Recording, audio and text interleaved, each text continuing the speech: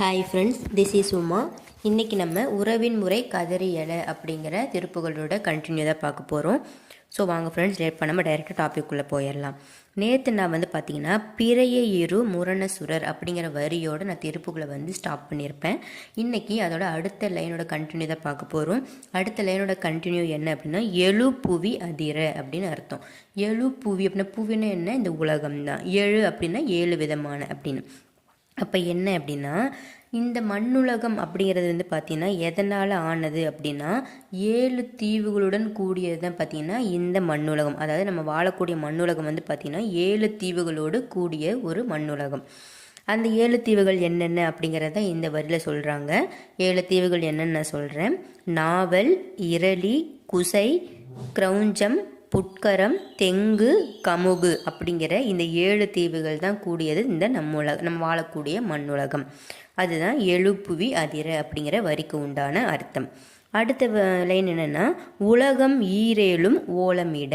இதை படிக்கும்போதே உங்களுக்கு புரிஞ்சிருக்கும். நம்மளுடைய உலகம் ஈரேலும் ஓலமிட அப்படின்னா சூராதி அவுணர்கள் இருப்பாங்க, அதாவது அசுரர்கள், அதாவது வஞ்சகம் என பிடித்தவர்கள், இவங்கள சூராதி அவுணர்கள் அப்படின்னு சொல்லுவாங்க. அந்த சூராதி அவுணர்கள் தீமைகள்லாம் செய்வாங்க.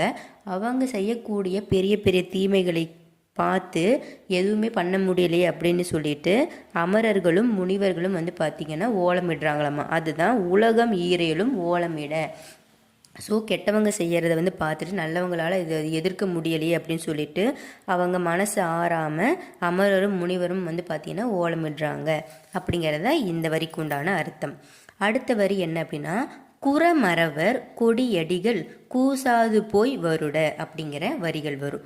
அது என்னங்க குறமறவர் கொடியடிகள் கூசாது போய் வருட அப்படின்னா, அதாவது தீவிரகரமான ஆன்மாக்கள் இருக்கின்றார்கள்.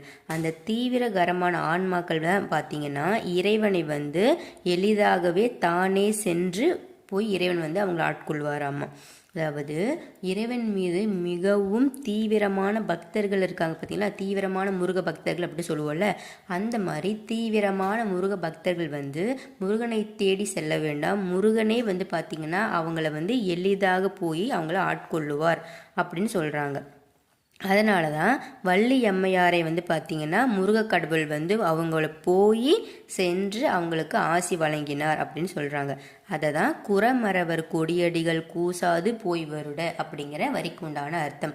ஸோ முருகப்பெருமான் உங்களை எளிதாக காண வர வேண்டும் அப்படின்னா நீங்கள் அதை முருகப்பெருமான் உங்களுடன் இருக்கின்றார்கள் அப்படி என்பதை நீங்கள் உணர வேண்டுமே. ஆனால் நீங்கள் செய்ய வேண்டியது ஒன்றுதான், முருகப்பெருமானை தொடர்ந்து அனுதினமும் நீங்கள் அவரை தொடர்ந்து அவருக்கு உண்டான தமிழ்